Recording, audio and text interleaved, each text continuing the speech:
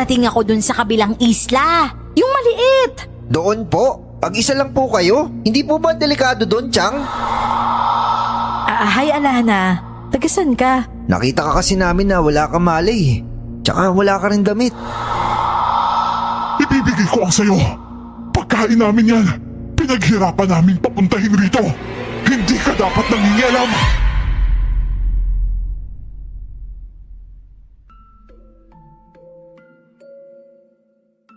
Halimbawang napadpad ka sa isang isla na kahit saan ka tumingin, wala ka nang makitang iba kundi ang walang hanggan na karagatan. Anong gagawin mo? Naranasan namin ito ng kambal ko at ng asawa ko noon. Napadpad kami sa isla na nawawala. At ang buong akala namin, hindi na kami makakauwi pa. Pero sa kabutihang palad ay nakabalik rin. Pero wala na akong kaliwang hinliliit. Para lubos po ninyong maunawaan, ilalahad ko sa inyo ang mga pangyayari. Ako nga po pala si Miguel. At ito ang aking kwento.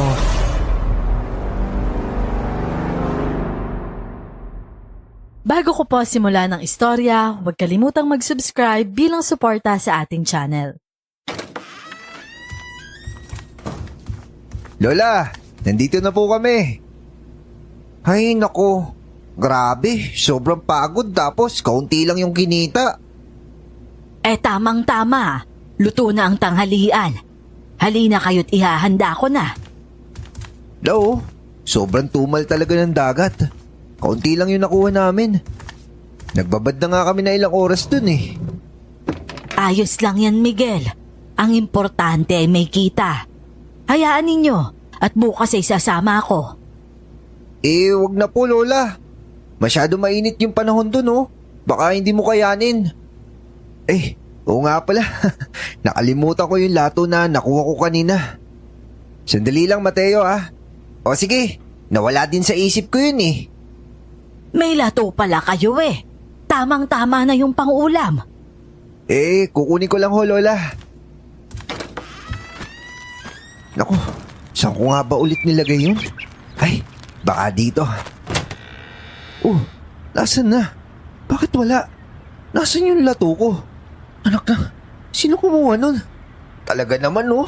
Lato na nga lang, kukunin pa. Oh Miguel, anong hinahanap mo dyan? Nawawalan ka ng gamit?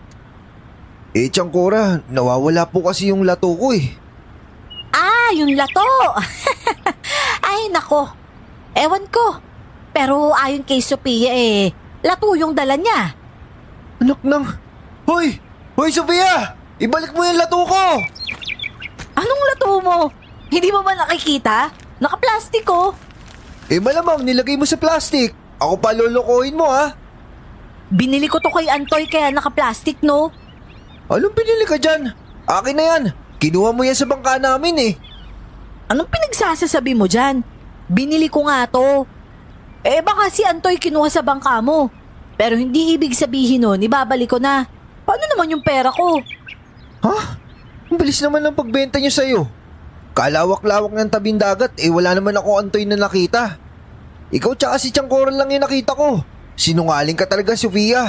Ang sabihin mo, ikaw yung nagnakaw. Kaya ibalik mo sa akin yan. Nek-nek mo, hoy!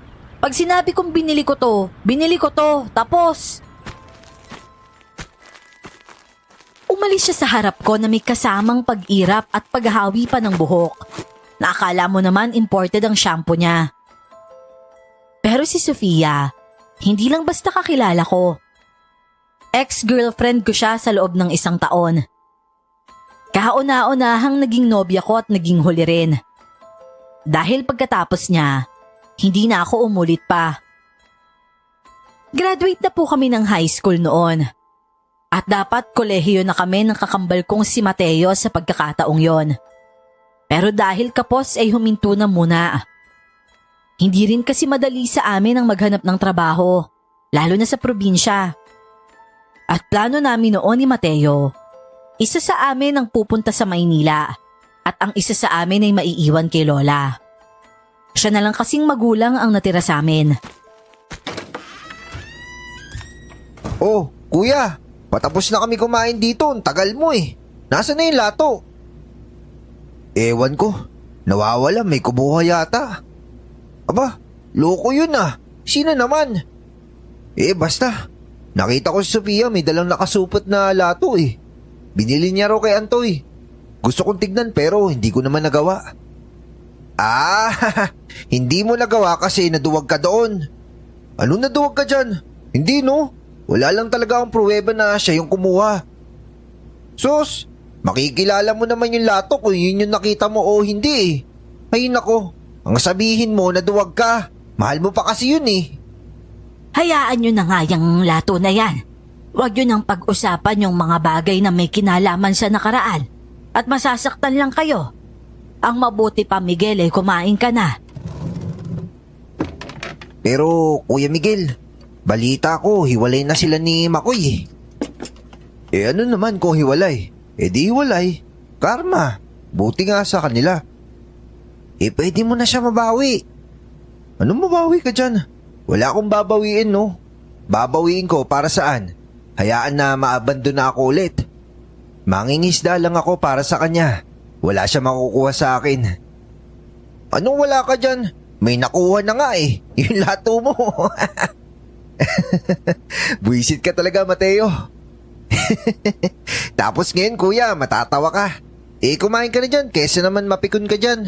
Kalimutan mo na yung lato. Natawa na lang din ako at napailing. Pagsapit naman ng hapon, sinubukan naming pumunta sa bayan.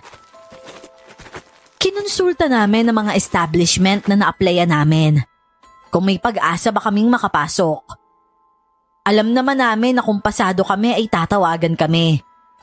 Pero dahil kailangan namin ng trabaho, kusa kaming pumunta para magtanong. Nakakalungkot lang dahil lahat ng in-applyan namin, puro puno na. Ang hirap naman maghanap ng trabaho. Di mangisda na lang ulit tayo mamayang hapon. Problema ba yun? Sana nga marami makuha. Tara na, uwi na tayo. Nabawasan lang yung pera natin dito eh. Bumalik na nga kami sa bahay. At nang makarating kami, wala dun si Lola. Hinanap naman siya ni Mateo at ako naman ay inasikaso ang bangka para sa paglalayag namin mamaya. Mabilis ko lang nagawa yon kaya pagkatapos ko ay naupo na lang ako sa loob ng bangka. At sa hindi inaasahan, may bumato ng kinuyumos na papel sa mukha ko. Aray ko, ano ba? Anak ng hipong ka talaga, Sofia. Ikaw na naman. Binibigay ko lang yan, baka kasi kailangan mo. Pwede mo na maiabot na maayos ah. Kailangan bato mo pa sa mukha ko? Ano ba to? Testa, baka kasi gusto mong mag-aral ulit. Hayaan mo na. Wala kaming budget. Libre lang yan. Matalino ka naman, di ba? Pumasok ka dyan. Tingnan mo kasi. Bakit mo ba to ginagawa? Dahil alam kong hindi mo alam yung tungkol dyan. At alam ko rin na isa sa mga hilig mo nandyan din. Yun lang naman. Tingnan mo at thank me later na lang. Mukha mo. Thank me later ka pa dyan. Pero ano ba to? Teka. TESDA Free Training Program. Merong automotive technology, welding, carpentry. Ayun, carpentry. Ayos to ah. Libre lang ba to? Saan ba to banda? Aba, mukhang may pag-uusap na nangyari dito kanina. Ano, kayo na ulit kuya? Anong ulit? May binato siya sa mukha ko, no? Ito oh. Di sa madaling salita, may binigay siya. Binato nga, hindi nga binigay. Di binato. Ano ba yan? Patingin nga ako. TESDA daw, libre lang daw. Aba, grasya to ah. Ang tanong, malapit lang ba yan sa atin? Kasi kung malayo, saan tayo kukuha ng panggastos niyan? Kailan ba to? Kanain na natin, bahala na si Batman. Lahat naman ng problema nasusolusyonan basta kaharap mo na eh. Kung sa bagay, tuloy pa rin yung enrollment niyan. Ano, puntaan natin? Kailan ba? Maghanap muna tayo ng pera. Sandali, parang bigat na bigat si Tiangkora sa dala niyo, oh. Isda ba yun? Mukhang nakarami to, ah. Teka, Tiangkora! Hoy, mukhang naparami tayo ngayon, ah. Ay nako, matutuwa ka kapag nalaman mo kung saan namin to nakuha. Oh, bakit po? Patingin nga po. Ang daming sugbo nito, ah. Ang lalaki pa ng isda. Talaga? Patingin nga. Ito, oh. Ang lalaki, oh. Tiangkora, saan niyo ba ito nakuha? Nakarating ako dun sa kabilang isla. Yung maliit. Doon po? Pag-isa lang po kayo? Hindi po ba delikado doon, Tiang? Ay nako, hindi totoo yon. Walang delikado doon. Kung hindi ko napuntahan yun, hindi ko napagtanto na kwento lang pala. Pagdating ko doon, sus, napakasagana ng mga isda. Alam mo bang nakakuha pa ako ng maraming salungo? Yun lang delikado roon, lalo na kapag lumublob ka sa tubig. Maraming salungo sa ilalim, kaya doon ka lang mag-iingat. Talaga ho, Tiang? Pero teka, sa inyong dalawa ko lang ito sinasabi ha. Yung lugar na yon, tayo-tayo lang ang babalik-balik doon. Kapag kasi nalaman to ng iba, pupuntahan rin nila yung lugar na yon. Yung mga salungo kasi, papagkakakitaan yun. Ganun rin naman, Tiang. Kung makita nila tayo na marami tayong dala, magtatanong rin yung mga tao dito. Di sasabihin natin na naswertehan lang. Sa inyo ko lang ito sinasabi ha. Kasi alam ko kung ano ang kailangan ninyo. Tsaka kayo ang nakitaan ko ng sipag. Hindi kasi kayo katulad ng mga ibang binatilyo dyan. Puro girlfriend at basketball lang ang alam. Sige na, pwede nyo nang puntahan yun. Dediretso na ako sa palengke para ibenta ito ha. Grabe, ang dami nakuha ni Tiangkora, no? Gusto ko nga manguha ng salungo eh. Magdadala lang ako ng 2 balde. Teka, kukuha lang ako sa bahay. Umuwi ako sa bahay at doon nadatnan ko na si Lola. Kaya pala umalis siya kanina dahil may nanghingi ng tulong niya. Isa siyang komadrona. Pero sa panahon kasi na yon, required na ang mga anak sa ospital. Pero patuloy pa rin siya sa pagsiservisyo sa mga buntis. Isa na doon ang manghilot ng tiyan ng mga ito. Para daw maipwesto ng maayos ang bata sa loob at hindi ito mahirapan manganak. Magpapalaot kayo ulit po. Opo, La. Kailangan po eh. Tsaka, La, tignan mo, may libreng pag-aaral basta nakapagtapos ka lang ng high school. Mga simpleng kurso lang. La, pwede na to, di ba? Tapos libre lang, oh. Importante, gusto mo matuto at mabilis ka matuto. Apo, baka hindi ko kayanin yan. Kayo bang dalawa? May schedule naman, La eh. Ayon po kasi dito sa flyers, hindi naman daw po araw-araw yung pasok. May MWF po. Kaya Martes, Huwebes, tsaka Sabado, tsaka Linggo, magtatrabaho po kami ni Mateo. Huwag po kayo maglalala. Kami na pong bahala ni Utol. Nakakakonsensya naman bilang lola ninyo na ako dapat ang nagpapaaral sa inyo. Pero hindi ko na talaga kaya dahil nga matanda na ako. Mahina na ang mga tuhod kong magtrabaho. Si Lola naman talaga, oh. Malalaki na po kami. Kaya na po namin ang kambal ko na tumayo sa sarili namin hinlalaki. Ano bang hinlalaki ang sinasabi mo dyan?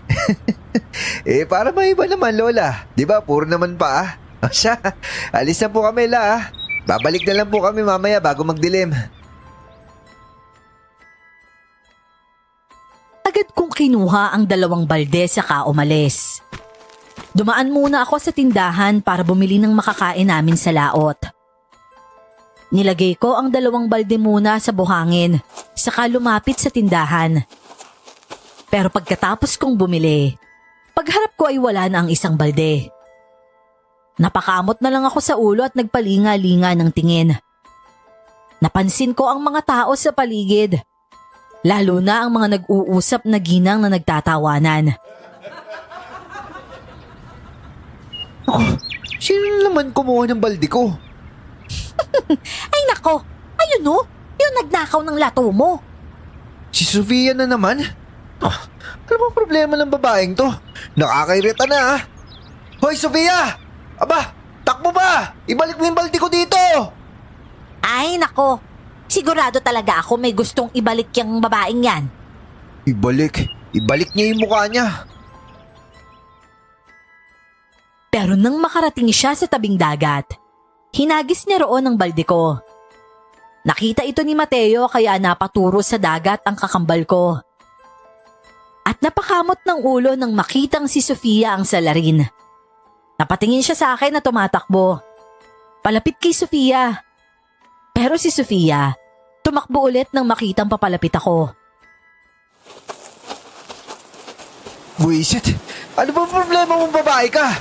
Ano bang gusto mo? Sabihin mo lang. Bakit? Ibibigay mo ba? Eh ano nga, mukha kasi ang laki ng problema mo sa akin eh. Baka naman mapag-usapan natin yan na maayos. Kung gusto niyo magbalikan, magbalikan na lang kayo.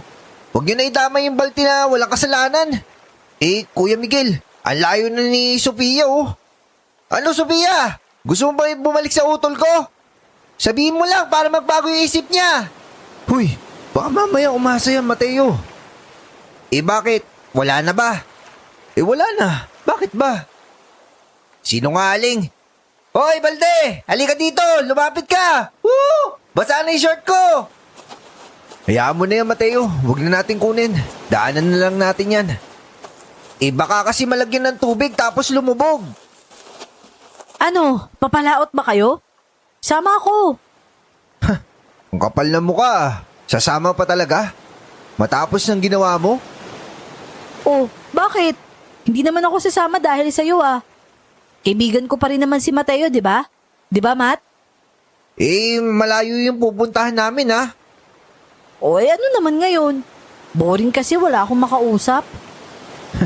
Gusto mo lang mag-move on, eh. Narinig niya ang sinabi ko kaya tinapunan niya ako ng masamang tingin. Tinaasan ko siya ng sulok ng labi at ang kambal ko naman ay natatawa na napapailing. Mabuti na lang nadaanan namin ang balde na nakalutang pa rin. At matapos kong kunin yon, sinamaan ko ng tingin si Sofia na nakapasak na ang headset sa tenga. Eh, Sofia, malayo yung pupuntahan namin, ha?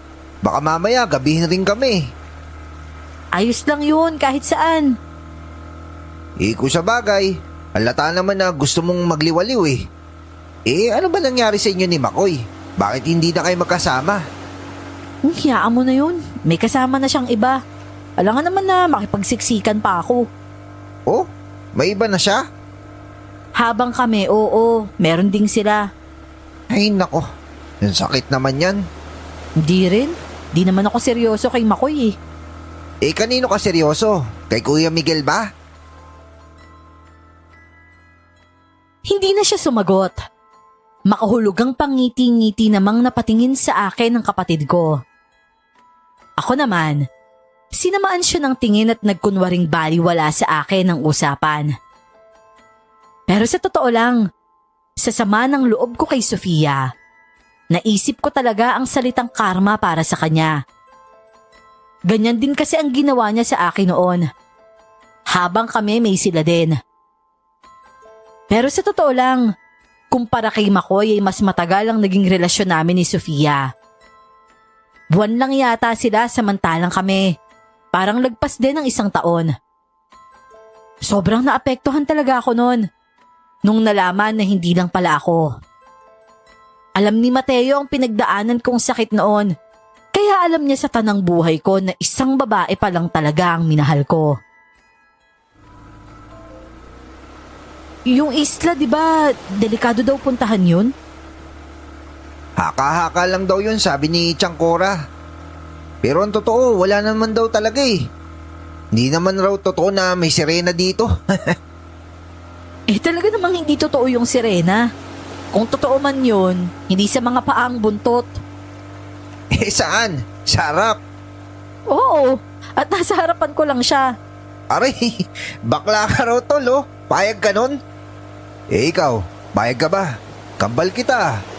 Kapag naging bakla ang mukhang to, Siguradong bakla rin ang tingin nila sa mukha mo. Sa bagay, tama to si Miguel. Oh, ano naman nakakatawa doon?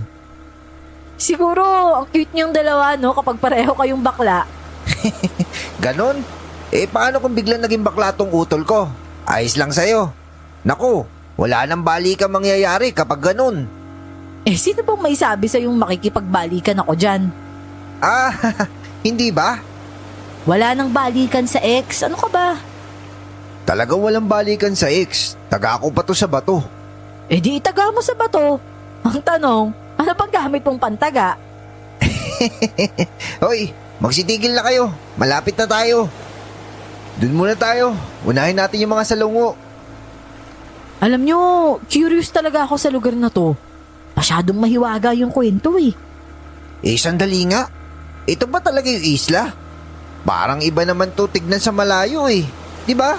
Ito ba yun? Duda akong ito yun. Kasi tignan nyo, nasaan yung baryo natin?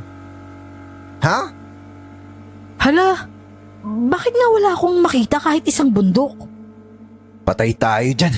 Ano kayang lugar to? Parang walang hanggan na dagat to nakikita natin ah.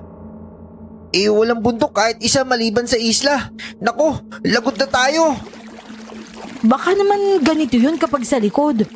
Baka nasa likod tayo banda, di ba? Hindi ah, dire-diretso kaya tayo. Sa harap tayo dumaan. Tanda ko rin yan. Pero ang tanong, bakit biglang nagkaganito? Tingnan niyo yung buhangin. Ang puti oh. Buhangin pa ba yan o bigas? Aba, oo nga no. Alam niyo yung bato na parang kristal? Yung sinasabi nilang pangil lang kidlat? Parang ito yun oh, napudpud lang. Bah, oo nga no. Paano kung hiyas pala itong mga to? Ang layo naman nito tol sa hiyas. Tsaka yung hiyas, mahirap durugin yun. Kahit pukpukin pa ng martilyo. Tara, balik na tayo. Baka mamaya nagkamali lang tayo ng pinuntahan. Babalik tayo? Doon tayo dadaan? Sa walang hanggan na karagatan na yun? Abay malay mo, baka mataas lang banda yung tubig ron kaya walang bundok na nakikita. Pwede naman yun, di ba? Pwede. Sige, tara, balik tayo. Bumalik kami sa bangka at muling pinatakbo ito. Pero sa aming pagpapatuloy, hindi pa rin namin makita ang dulo. Nag-aalala kami dahil baka maubusan kami ng gatong at maalanganin kami sa gitna ng laot. Bumalik kami sa isla na yon. Pero sa pagbalik namin, naging kabado na kami. Dahil daman na namin ang pangamba at hirap na makaalis. Itali muna natin yung bangka natin dito. Tignan natin doon sa kabila. Magdadala ako ng pagkain. May lighter ba kayo? Panghanda lang. Oo nga pala. Tsaka balde na rin. Hindi tayo pwedeng gabihin dito ah. Si Lola doon mag-aalala. Maghanap na lang tayo ng daan. Pero imposible kasi talaga eh. Alam naman kasi natin yung isla na pupuntahan natin. Hindi naman ganun kalayo yun eh. Tapos bigla nagkaganito. Parang ang hirap na maintindihin. Baka nga kasi nasa likod tayo banda. Hindi lang natin namamalayan. May mga puno ng kahoy naman ang isla na yon. Parang ang laki nga rin ng lugar. Pero halatang walang katao-tao. Sagana pa nga doon sa damo. At nang makarating kami sa kabilang bahagi nito, malapad naman na bato ang naroon at makikita pa talaga sa gilid nito ang formation ng tubig kapag umaalon. Pero tulad ng sa kabila, walang hanggan na dagat na naman ang makikita sa dulo. Hoy, asan na ba talaga tayo? Inikilabutan na ako dito sa walang hanggan na karagatan na to ah. Tsaka wala talagang kabundok-bundok dun sa dulo. Ano ba tong lugar na to? Nasa gitna ba tayo ng dagat na malayo sa iba? May ganun ba sa atin? Anong ganun? Wala no? Ang mabuti pa, magpatuloy na lang tayo. Malay mo dun sa kabila may makita tayong bundok sa dulo. Hoy, teka lang, may tao. Tao? Tao? Saan? Ayun oh, braso yan di ba? Putol na braso yan? Anong putol? Hindi no. Feeling ko may katawan yan, di lang natin makita dahil sa bato. Tara, puntaan natin. Ako na ang naunang humakbang. Tuloy-tuloy lang ang lakad ko hanggang sa nakita ko na ang babae na nakadapa sa dalampasigan. Wala siyang damit at wala ring malay. Agad ko siyang nilapitan at hinawakan sa pulso. Nakaabang naman ang mga kasama ko. O ano? Buhay pa ba yan? Oo, buhay pa. Teka. Paano to? Wala siyang damit. Ito na t-shirt ko. May sando naman ako sa loob eh. Teka nga lang. Mababasa kasi yung damit pag dyan. Iahon niyo muna. Bakit ba wala tong damit? Ano to, pinagsamantalahan? Hala, kawawa naman yan. Tulungan niyo ko. Halika kayo.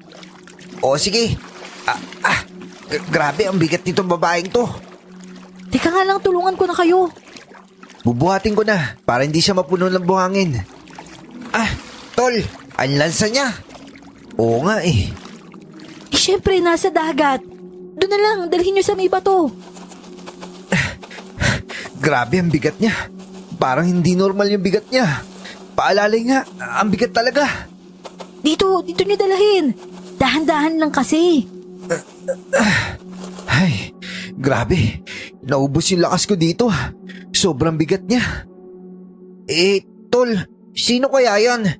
Ikaw na magsuot-subihan ng damit sa kanya oh. Nagkakasala yung mga mata ko eh. Ano ka, virgin? Baliw, mukhang nene pa yan. Mas bata pa nga yata yan sa'yo eh. Yun na nga eh. Mas bata tapos mas maliit pa yung katawan kay Sofia. Pero yung bigat niya, kakaiba. Si Sofia ang nagsuot ng damit sa babae. Magandang babae yon pero halatang teenager pa. Siguro mga nasa edad 15 pa lang. Malinaw na mas matanda kami kumpara sa kanya. At sa mga bandang 6:00 ng hapon, mas nakaramdam na kami noon ng pangamba. Makikita na namin ang unti-unting paglubog ng araw, pero hindi pa rin kami makauwi. At ang babae noon, tulog pa rin, at kami naman ay nakaupo lang sa malapad na bato. Si Sofia ay katabi ng babae, tapos ako naman ay nasa bandang ibaba, malapit lang sa tubig. Ang kakambal ko naman ay nagpasyang manguha ng makakain sa dagat. Hoy, ano nang plano nyo ngayon? Psst! Hoy, Miguel! Ano? Ang sabi ko, anong plano nyo ngayon? Ewan ko. Sa tingin mo ba, paano tayo makakalis dito? Sinubukan natin kanina, di ba? Nagsayang lang tayo ng gatong. Gabi na kasi. Hindi kaya delikado dito kapag madilim na. Bakit ka ba kasi sumama? Paano kung mag-alala sa iyong pamilya mo? May nakakaalam pa naman na sumama ka sa amin. 2 pa kami ng kambal ko. Baka mamayang gabi kung ano-ano na yung singilin ng mga tao kay Lola. Alam naman ng mga magulang ko na hindi kayo ganun. Ano ka ba? Tsaka nga pala, tayo lang naman yung nandito. May tanong ako sa'yo, Miguel. Anong tanong na naman yan? Ako pa ba? Bakit mo naman natanong yan? Wala lang. Pansin ko kasi pagkatapos natin, wala ka namang ipinalit. Bakit ayos lang ba sa inyo gamitin yung salitang palit pagdating sa relasyon? O sige, ganito na lang. Bakit nung pagkatapos ko, wala nang iba? Ano? Required ba pagkatapos ng isa maghahanap ka agad? Aray ko naman sa tanong na yan ha. Hindi naman required. Curious lang talaga ako. Iniisip mo ba na hindi ko kaya makipagrelasyon dahil ikaw pa rin? Di ba pwedeng na-trauma lang ako lalo na't wala akong trabaho? Mangingisda lang ako. Oo na. Sisingit mo na naman yung tungkol sa trabaho eh. Yun kasi yung dahilan kung bakit mo pinili yun eh. Iniwan mo ko. Ang rason ko lang naman, kung pera lang palang labanan dito pagdating sa relasyon, wag na lang. Hindi ako susubok hanggat wala akong trabaho. Kasi nakakainsulto yun. Sorry. Sorry? Hindi ako nasasaktan ngayon, no? Sorry kasi wala akong masabi. Ayoko na magpaliwanag. Pero nagtaka ako sa salitang ayaw niyang magpaliwanag. Yung tipong nagsorry lang siya.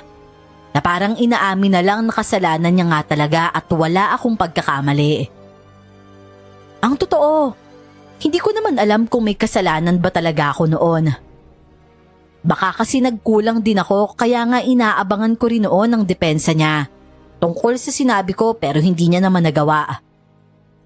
Sa totoo lang, nakaramdam ako ng konsensya at hiya dahil nailagay ko ang sarili ko sa tama at tinanggap niyang siya ang mali. Masakit rin kasi parang aminado talaga siyang pera ang dahilan kung bakit niya ako iniwan.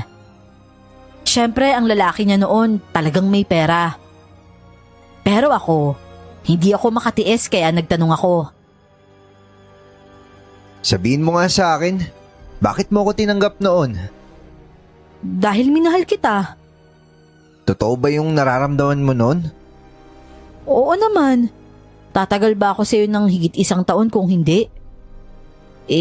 Ano lang kasi, hindi ka kasi nagagalit. Lahat ng mali ko, ayos lang sa'yo, iniintindi mo. Para bang, grabe naman, bakit ayaw mong maglabas ng galit, di ba? Bakit ayaw mong maglabas ng sama ng loob?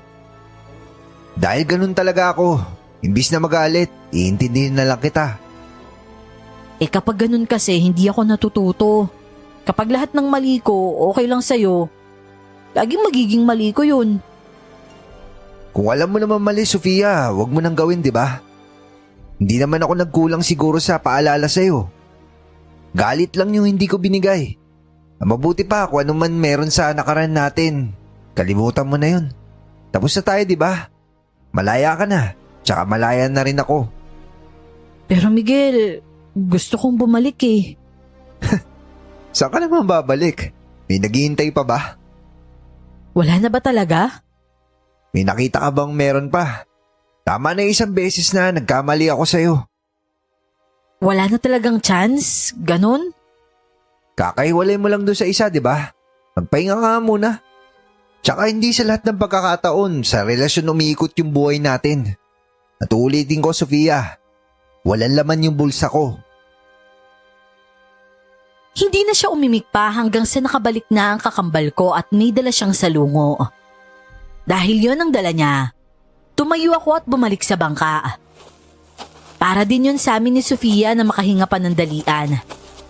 Apektado rin kasi ako sa pag-uusap na yon. At isa pa, nalito ako bigla dahil malinaw na gusto niyang maulit kung ano kami noon. Pero ako kasi, nagdadalawang isip na. Sa dagat ay hindi nawawala sa amin ng sukang pinakurat. Lagi lang yon sa bangka dahil ginagamit namin yon kapag may nakita kaming lato. At kinakain namin yon habang nangingisda. Pero nang nasa bangka na ako, may gumalaw sa tubig na malapit sa isang malaking bato. Buntot yun ah. Ano yun, sirena? Hoy Miguel, gising na yung babae. Anong tinitingnan mo dyan? Parang may gumalaw eh. Bakit ka sumunod? Babalikan ko naman kayo agad ah. Wala lang. Wala lang daw. Ano yan, style? Oo na, style na. Tigilan mo nga yan. Basta mauna ka na dun. At anong gagawin mo dito? Madilim na. Wala lang. Halika na. May nakita ako dyan kanina parang buntot. Mamaya kung ano pa mangyari sa'yo dyan. Tara na. Ibig sabihin yan, takot kang may mangyaring masama sa akin? Alam mo, ang corny mo. Konsensya ko pa kapag may nangyaring masama sa'yo, no? Gets mo ba? Baka mamaya pagbalik natin doon sa atin, sabihin nila may ginawa kami sa'yo. Kaya halika na. Sumunod naman siya sa akin.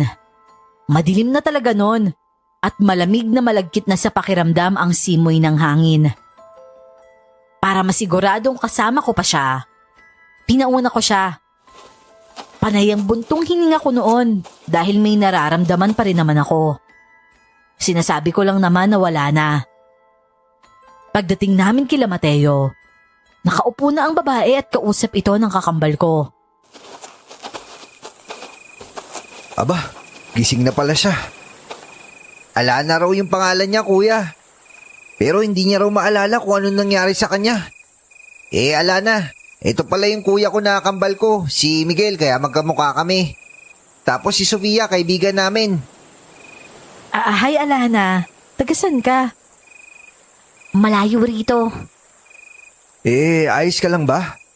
Nakita ka kasi namin na wala kang malay. Tsaka wala ka rin damit. Iyon nga rin ang tanong ko hindi ko kasi maalala kung ano nangyari. Ang huli kong naalala, natulog lang ako. Pero okay ka naman ngayon. Tsaka walang masakit sa'yo. Kanina masakit lang yung ulo ko, pero nawala din naman agad. At wala namang masakit sa akin ngayon. Kumakain ka nito? Sa lungo? Ito, tikman mo. Pahingi nga rin ako niyan, Mateo. Tsaka, naku, paano ba tayo makakauwi nito? Ang dilim na Wala tayong choice kundi manatili muna dito. Ang lamig na nga Nakasandol lang ako. May lighter naman kayo, di ba? Gawa kaya tayo ng bonfire. Ako na maghahanap ng kahoy. Samahan na kita. Hindi, ako na. Aba, nangangamoy balikan Tumigil ka nga dyan, Mateo. Sasamahan na nga kita. Baka kasi mamaya may kung ano dyan sa gubat. Isla to, di ba? Pwedeng may mabangis na hayop dyan. Samahan ko na kayo. Ha? Kaya mo na ba? Wala na namang masakit sa akin Tsaka mukhang delikado yung gubat. Kung ganun, sama-sama na lang tayo. Hanap muna tayo ng pwesto. Dahil wala kaming paraan para makaalis agad sa lugar na yon, nagtulong-tulong na lang kami para makabuo ng masisilungan na rin. Si Mateo ang nagsindi ng bonfire at kami namang tatlo ay ginagawa ang pahingahan. Mabuti na lang sa lugar na yon, may mga puno ng saging. May kutsilyo din kaming dala at kinuha ko sa bangka kanina, kaya may nagagamit kami. Yan, salamat at nabuo rin. Ayos na to. Yung banig, dahon ng saging. Yung bubong, iba't ibang dahon din. Kapag umulan naman, hindi na tayo mababasa nito sigurado. Pero ang tanong, ligtas ba tayo dito kapag gabi? Mamaya pala, may mabangis na hayop dito, no? Parang wala naman kasing nakatira sa isla na to O baka hindi lang natin alam. Bukas, tignan natin. Yun lang ba yung hapunan natin? Sa lungo? Gusto mo, manguha tayo na isda? Isda? Sa ganitong oras mas madaling manguha ng alimasag. Wala pang gamit ng gatong. Ayun, alimango. Pero may bakawan kaya dito? Meron yan, hanapin lang natin. Tara, manguha tayo. Teka, yung flashlight pala. Kung sa bagay, tama nga naman para walang gastos sa gatong. Yun nga ang ginawa namin. Malayo pa ang narating namin bago kami makakita ng malawak na parte ng mga puno ng bakawan. Tamang-tama rin sa lugar na yon dahil maputik. Bago naman kami lumusong, napansin kong naghubad ng palda si Sofia. Binigay niya ito sa babae siguro dahil napansin niyang kulang sa suot si Alana, kaya binigay niya ang palda. Eto, suot mo to, para hindi masyadong tumaas yung damit mo mamaya sa putik. Ano na lang, kami na lang ni Utol mangunguha. Ano ka ba? Marunong din ako niyan. Ganon din naman ako, lalo na't maraming alimango rito. Tapos dinig na dinig ko pa sila. Base sa sinabi niya ay malinaw na marunong nga talaga siyang manguha. May kaalaman siya dahil alam niya ang tunog ng mga alimango. Yung isla na yon, parang pinuno ng yamang dagat. Sobrang sagana talaga. Dahil unang alimango na nakuha namin, malaki na, mabigat pa. Yun, ayos. Buhay na pala tayo dito kahit abutin tayo na 1 linggo. Pero wag namang 1 linggo, Diyos ko naman. Titira tayo dito. Mag-aalala yung mga tao sa atin doon sa baryo. Ewan ko lang kung makauwi tayo agad, di ba? Kita mo naman yung kinaroroonan natin kanina. Nasaan na ba yung balde nyo? May nakuha ako. Ay, ito. Oh, grabe ang laki nito Magaling ka pala. Ilawan mo nga dito, Sofia. Para may nasusundot akong matigas. Saan? Ano ba yan ang lalim ng putik? Lumulubog na yung paa ko. Halika, umawak ka dito sa balikat ko. May ugat kasi dito sa inapakan ko kaya hindi ako lumulubog. Hindi ko alintana ang kung anong relasyon namin noon. Pareho kaming natuwa sa bawat kuha. Huminto lang kami nang nakakuha kami ng kalahati. Naisip kasi namin baka hindi lang din maubos at sayang lang. Pero kung kailang nakakuha na kami, saka naman kami nakaramdam ng kaluskos. Sabay-sabay kaming napalingon sa pinanggagalingan noon. At ang babae pa noon, humakbang papalapit sa parting yon, pero hinabol siya ni Mateo. Oh, anong ginagawa mo? Inaalam ko lang. Mabuti pa, bumalik na tayo sa pwesto. Oo nga, tara na. Baka kasi naririnig na yung ingay natin. Tara na, Alana. Hayaan mo na yan. Oo, sige. Samahan mo ako, Miguel, ha? Hanggang sa singit ko kasi may putik eh. Maghuhugas ako. Oo, mamaya doon. Basta't bilisan natin. Pagkarating namin sa pwesto na ginawa namin, konti na lang ang apoy. Dumiretso doon sila Mateo at kami naman ni Sofia ay pumunta sa tabing dagat para maghugas. Pero biglang tumaas ang tubig dahil parang may tumalon mula roon. Natamaan pa nga kami ng talsik at napasigaw noon si Sofia. Diretso kapit pa siya sa akin at si Mateo at Alana naman napatakbo papunta sa amin. Oh, anong nangyari? Ayos lang ba kayo? May ano sa tubig eh. Tapos na ba kayo? Kailangan nyo nang lumayo dyan. Oo, patapos na kami. Patapos na rin to. Maghuhugas lang. Uy, Alana, saan ka pupunta? Maghuhugas lang din ako. Pero bakit dyan? Delikado dyan eh. Oo nga, delikado dyan. Diyan pa naman banda tumaas yung tubig. Sandali lang naman ako. Magtatanggal lang ako ng putik. Ikaw, Sofia, tapos ka na ba? Tara na, bumalik na tayo dun. Alana, tara na! Kinilabutan ako noon dahil alam kong dama rin yun ng mga kasama ko. Sabay-sabay kaming bumalik sa pwesto at tulong-tulong kami sa pagluluto ng pagkain. Tiniis lang namin ang lamig ng gabi at pakiramdam ko talaga noon, hindi kami ligtas sa lugar. Ayoko lang magpakita ng takot dahil may mga babae kaming kasama at talagang sa amin sila sasandal. Nang maluto na namin ang pagkain, agad na namin yung nilantakan. Ang sarap sana nito kung may kanin. Oo nga eh. Paabot nga niyang suka, Matt. Oh, paabot din ng kutsilyo. Magbubukas ako ng salungo. Ano na naman ba yun? Uy, makasiksik ka naman. Paano ko makakain nito? Basta bahala na. Natatakot ako eh. Wag niyo na lang pansinin. Baka ahas lang yun. Sandali lang. Babalik ako agad. Hoy, Alana! Saan ka na naman pupunta? Uy, ano bang gagawin mo? Huwag mong lapitan yun. Papaalisin ko lang. Kaya ko to. Basta magtiwala lang kayo sa akin. Ang tapang mo naman. Delikado yan ah. Pero hindi siya nakinig. Nagkatinginan lang kami nang umalis siya at pumasok talaga sa makahoy na lugar. Pansin ko talaga nun kay Mateo na nalilito sa ugali ng babae. Sa aming apat, siya lang talaga ang hindi makitaan ng takot. Pero dahil din sa ginawa ng babae, nawala ang mga paramdam sa paligid. Sa tingin nyo, tao kaya yun? Ano ba namang klaseng tanong yan, Matt? Hindi ba yung tao sa paningin mo? Malay natin. Malay natin si Reyna pala. Malansa siya eh. Pero parang hindi na siya sobrang lansa ngayon. Hindi tulad kanina nung nawalan siya ng malay. Naku, para na ako aatakihin sa puso dito. Ang ganda nga ng posisyon nyo dyan eh. Hindi nga ako makakain eh. Sumisiksik ba naman sa kandungan ko to? O bakit? Di mo ba to namimiss? Yan na nga ba yung sinasabi ko eh. Muling ibalik ko. May pag-asa ba ulit kayo? Pag-asa ka dyan. Ganito na nga yung sitwasyon natin, ganyan ka pa. Tapos isa doon, natagalan pa. Alana! Alana, nandiyan ka pa ba?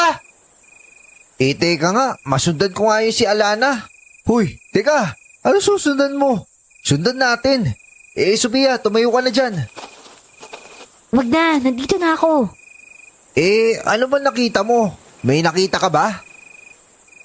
Wala naman. Umalis na yata siya. Natakot sa'yo? Huwag niyo lang ipakita na takot kayo. Kapag matapang ka kasi, sila yung matatakot sa'yo. Oh, narinig mo naman yung Sophia, di ba? Lumipat ka na nga dito sa gilid ko. Ang hirap kumain ng may nakaharang na likod sa harapan ko. Pagkatapos naming kumain ay dinamdam ko ang epekto ng alimango. Nanikip kasi ang dibdib ko at dahil yon sa nasobrahan ako. Hindi kasi ako mabubusog ng isa lang, lalo na't walang kanin. Pero sa isang alimango, sapat na sana yun sa katawan ko.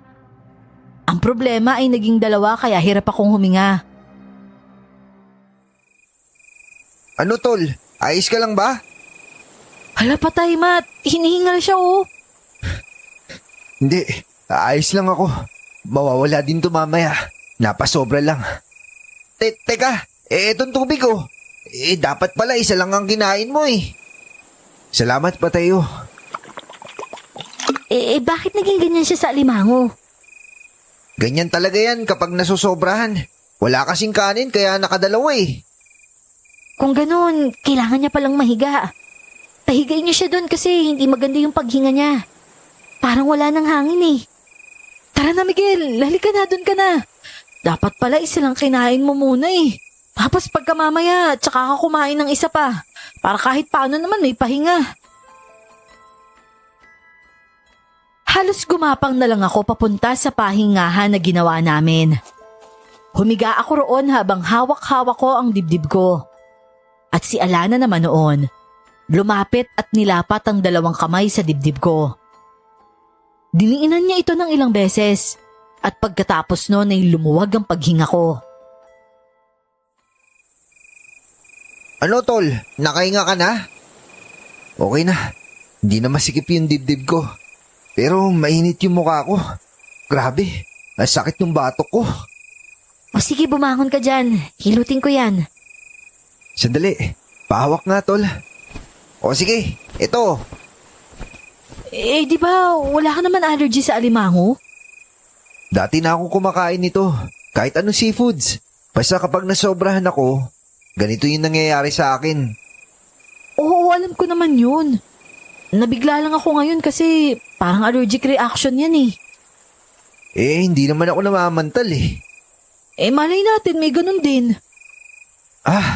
Grabe ang sarap sa pakiramdam. Magaling ka pala maghilot, Alana. Nawawala yung pagkahilot tsaka sakit ng batok ko eh. Ay, mabuti naman. Grabe, takot ako dun ha. Hirap pa naman makalis dito. Oh, ayan na. Maayos na ba yung pakiramdam mo? Oo, maraming salamat, nawala din.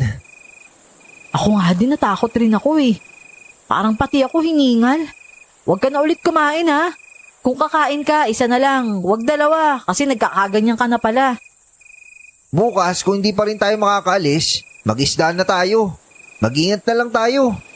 Malayo kasi ospital eh. Salamat talaga Alana ha.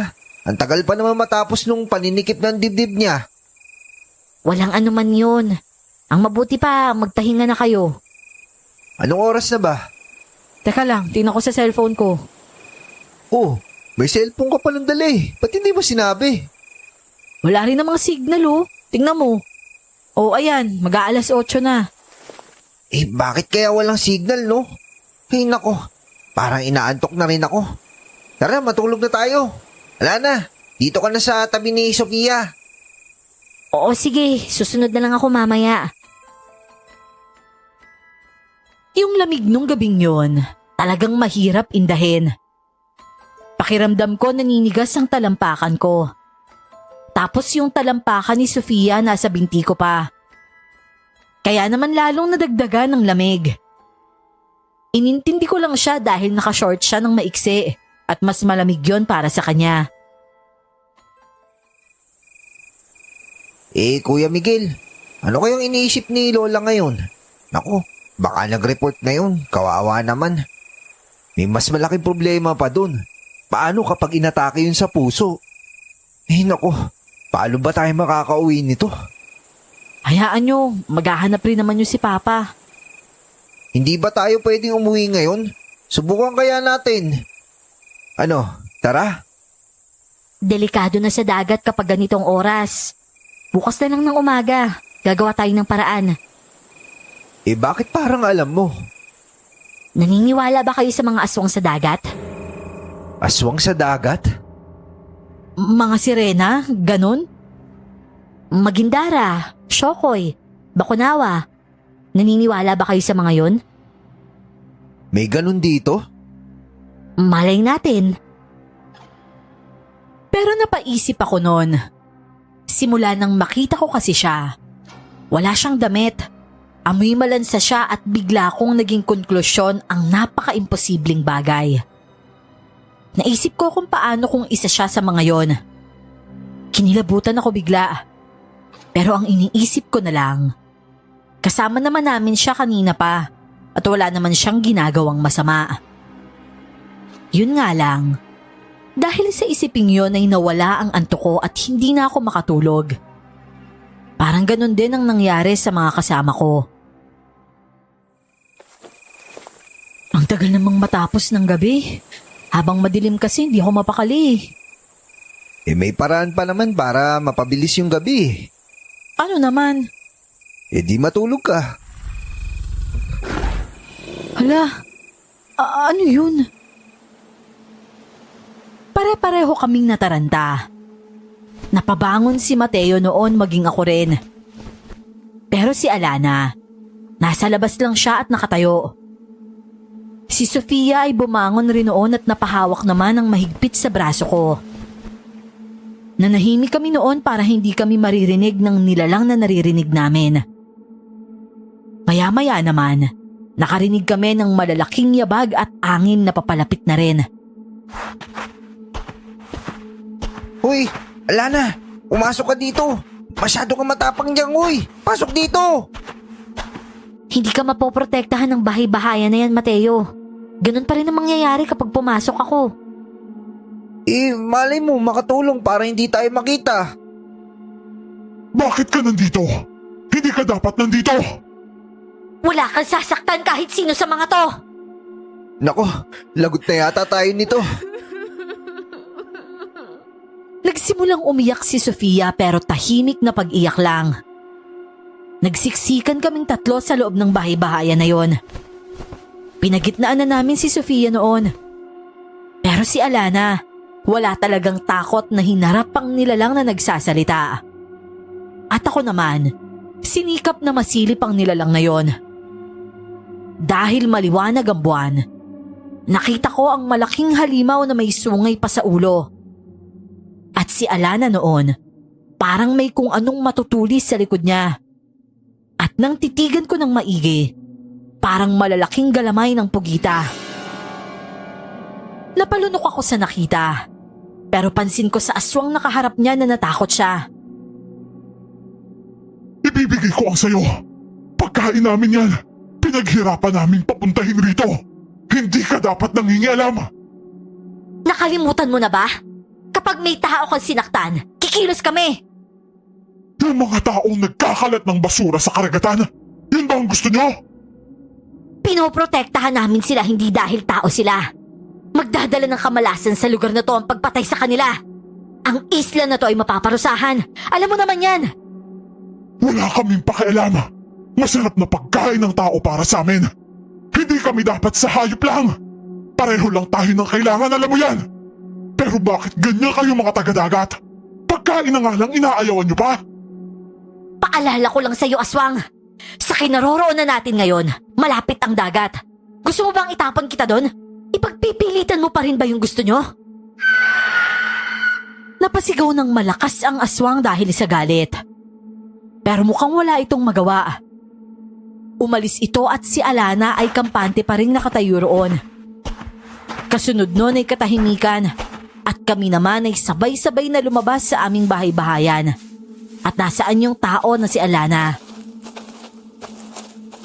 Alana, nagsasalita siya pero may halong angin. Tsaka nakakatakot yung itsura niya. Ano yun?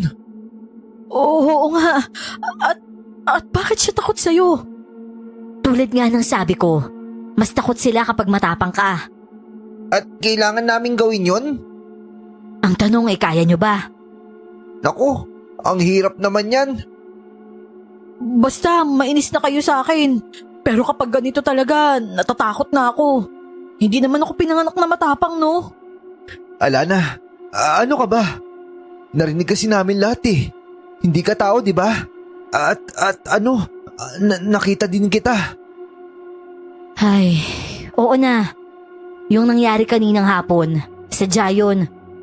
Gusto ko sanang magpanggap na katulad nyo para protektahan kayo. Pero talagang hindi ko matatago yun. Dahil alam ko kahit sa pang-amoy nyo, alam nyo hindi ako normal. Naisip ko na yan kanina pa. Ayoko lang magtanong. Pero ngayon dahil sinabi mo na, ano ka ba? Serena ka ba? Pero bakit parang may kung ano-ano ka dyan sa likod mo? Isa akong magindara. Pero naiiba rin ako sa ibang magindara. Ha? Anong ibig mong sabihin? Magindara ako pero may kakaibang kakayahan. At tulad yun yung nakita nyo kanina. Sa galamay ko, dun sila mas takot. At anumang oras kasi, kaya ko silang saktan. Ano ka? Kalahating sirena at kalahating pugita? Aha? May ganun siyang anyo? Oo, nakita ko yun. Hindi kasi ako sumilip eh. Natatakot na kasi talaga ako. Makakatulog pa ba ako nito matapos yung nangyari kanina? Naku Miguel, ayoko na talagang matulog. Di bali nang magmukhang bulkang mayon yung eyebags ko. Ikaw ang bahala, Sofia. Kung ganun, taga-dagat ka pala. Pwede mo ba kaming tulungan makabalik? Dalhin mo kami sa lugar namin. Kahit yung sa malapit lang. Yung matatanaw namin yung bundok. Oo nga, Alana. Nag-aalala kasi kami sa lola namin eh. Matanda na talaga siya. Tapos kami lang yung kasama niya sa buhay. Alam kong sobrang nag-aalala na yun sa amin ngayon. Sana matulungan mo kami. Pero hindi ganun kadali. Bakit hindi ganun kadali? Dahil may banta rin sa dagat. Merong banta? Ibig sabihin may nangangain rin doon? Oo, at mahirap silang kalaban. Pero lumalabas sila tuwing gabi lang. Hindi nila kayang magpunta sa ibabaw banda ng karagatan dahil matatamaan sila ng araw. Ikakamatay nila yon. Kaya sa gabi sila lumalabas. Pero dito, hindi kami ligtas dito. Pero kahit papano, kaya niyong huminga. Wala kayo sa tubig. Pero kung ipipilit niyo yung gusto niyo, isang taob lang sa bangka niyo, mahihirapan na kayo. Konti lang yung pag-asa niyong mabuhay. Oo nga naman. Wala tayong magagawa nito.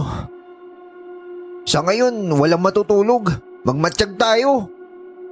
Pero teka, yung lugar kasi namin, ano yun eh. Sa umpisa kasi alam namin kung saan kami pupunta. Nakita namin yung pupuntahan namin. Tapos biglang paglingon namin, hindi na namin makita yung lugar namin. Pero kung dun sa baryo namin, tanaw naman namin yung isla na yun. Alam mo ba kung ano nangyari? Lagi niyo bang pinupuntahan yung isla na yon? Hindi. Bakit kayo pumunta? Meron nagsabi sa amin na hindi naman daw delikado sa lugar na yun eh. Ano kasi, matumal yung isda sa lugar namin. At alam mo na yung mga tao, meron pangangailangan. Kung hindi kami maghahanap buhay, hindi kami makakakain. Hangad lang naman namin yung kaunting kaginhawaan eh. May nagsabi sa inyo? Kilala nyo rin? Oo, taga sa amin yun. Naniwala kami kasi nung bumalik siya marami siyang dala eh. At kilala rin naman namin siya bilang mabuting tao. Alam nyo bang minsan ng kaibigan, traidor? Sa bagay, totoo yan. Maraming ang ganyan. Pero ano bang ibig mong sabihin? Narinig nyo ba yung sinabi ng agaras kanina? Agaras? Yung aswang kanina. Agaras ang tawag doon. Diyos ko po, ibig sabihin, may aswang nga.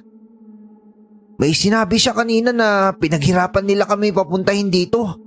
Teka, Sinasabi mo bang may kinalaman yung taong nagsabi sa amin tungkol sa isla na yon? Pwede.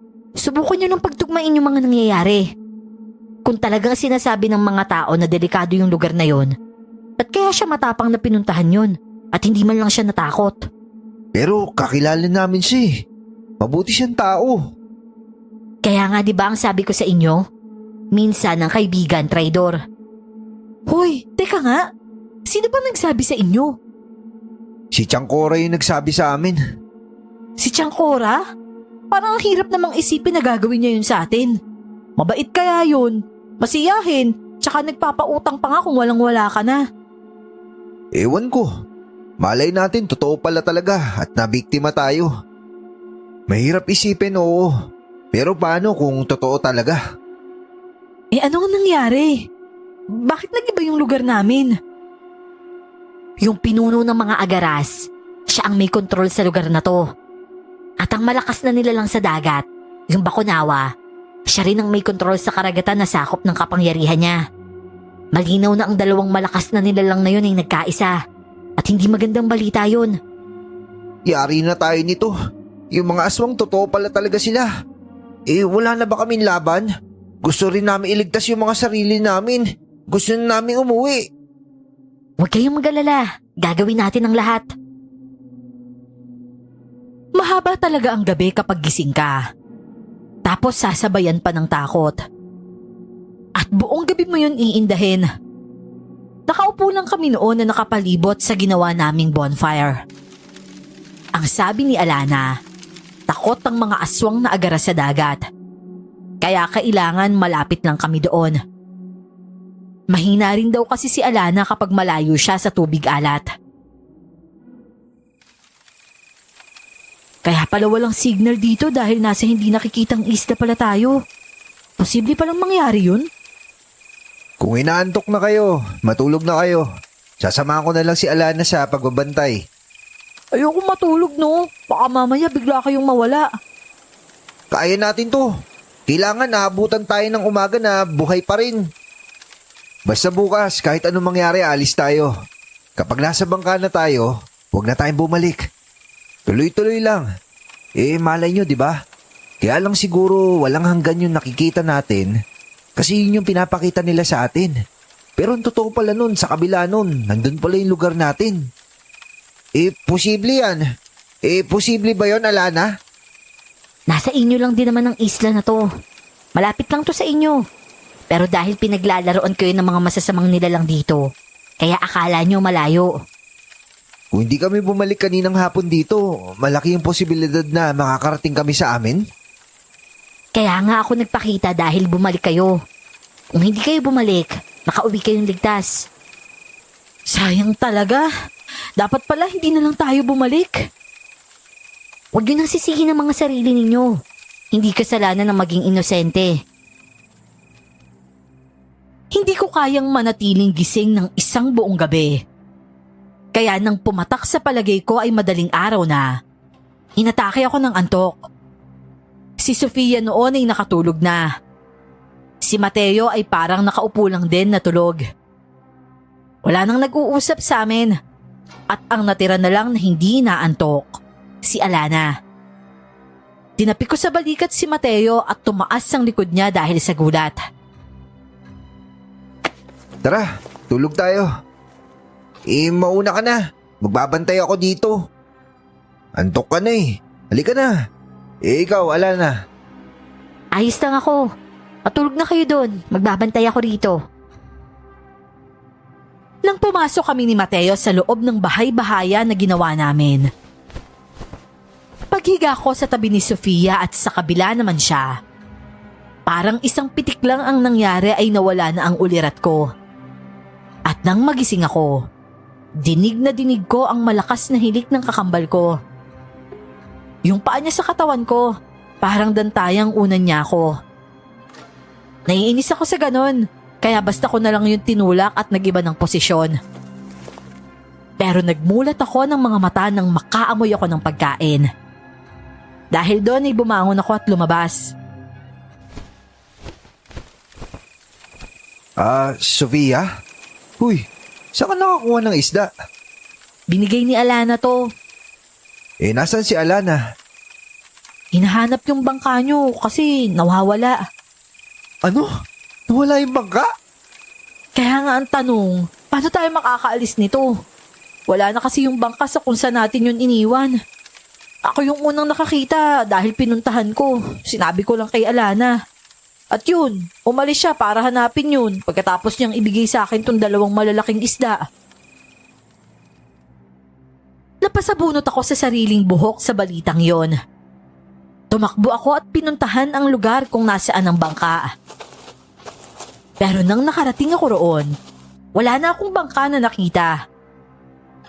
Sa sobrang pagkadismaya ko ay napasigaw ako ng malakas at napaluhod sa buhangin.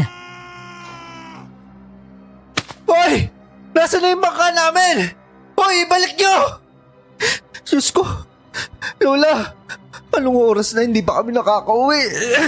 Hindi pwedeng ganito! Kuya!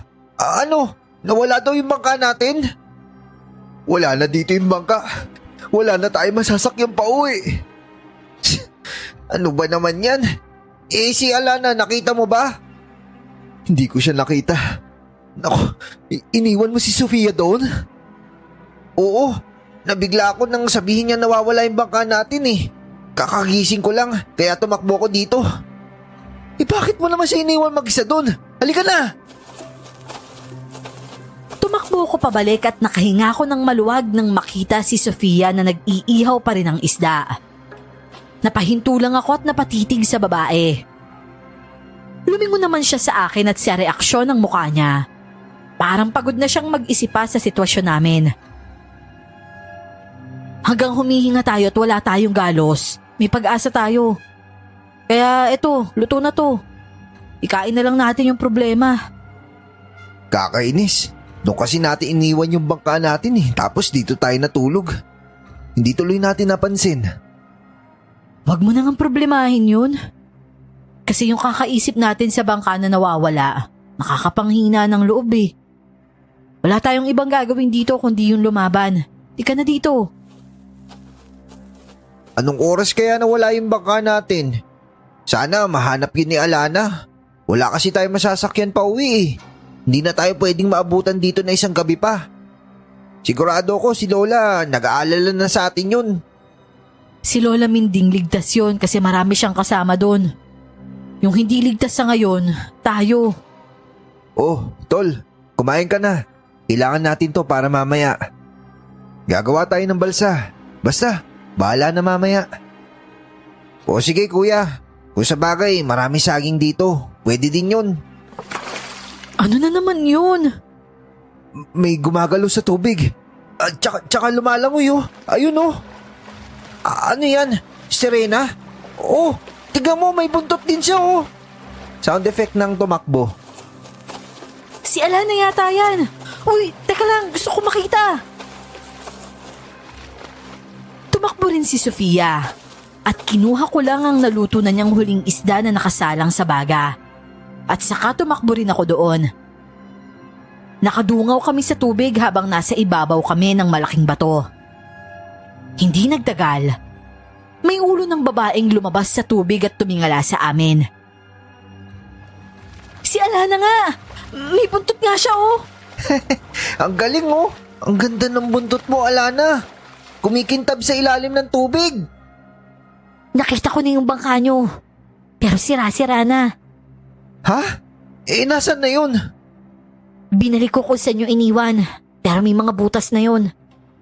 Tara kuya, baka pwede bang maayos yun. O sige, tara. Hoy, teka lang. Dalhin na natin yung pagkain dun. Sandali. Ako na lang ang magdadala ng bangka dito. Talaga? Kaya mo yon? O sige, magandang ideya yan. Sige, dito na lang. Muli siyang lumublob sa tubig at pinanood namin ang pag-alis niya.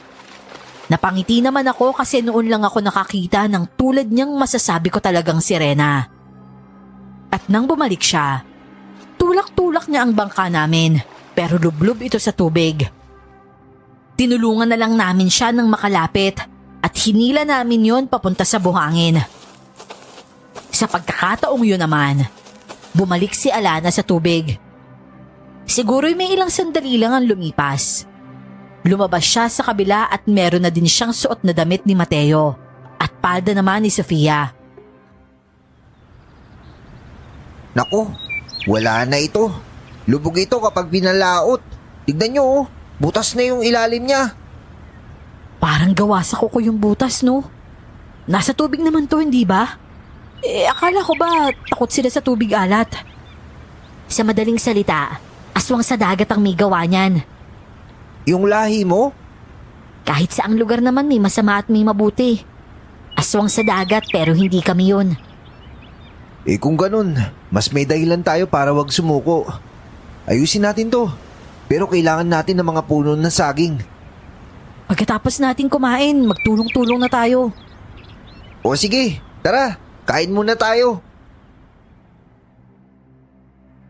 Kumain nga muna kami.